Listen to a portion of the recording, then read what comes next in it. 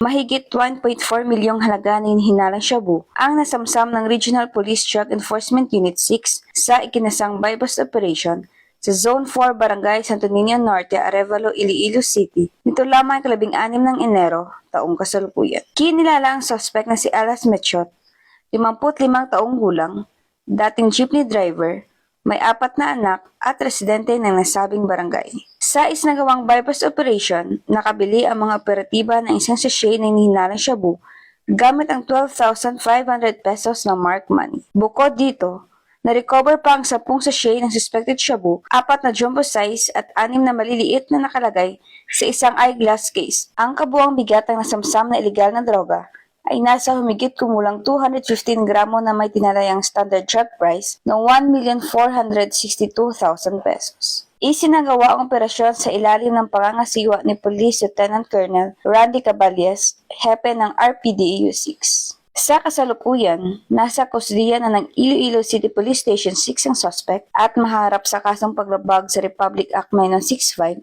ang Comprehensive Dangerous Drugs Act of 2002. Patuloy na pinagtitibay ng Philippine National Police ang kanilang walumpay na kampanya laban sa ilegal na droga bilang patunay ng kanilang matatag na paninindigan sa pagpapanatili ng kapayapaan, kaayusan, at kaligtasan ng mamamayan. Mula rito sa Western Visayas, ako niyang PNN correspondent, Patrolwoman Ninette Sablot, alagad ng batas tagataguyod ng Balitang Pulis.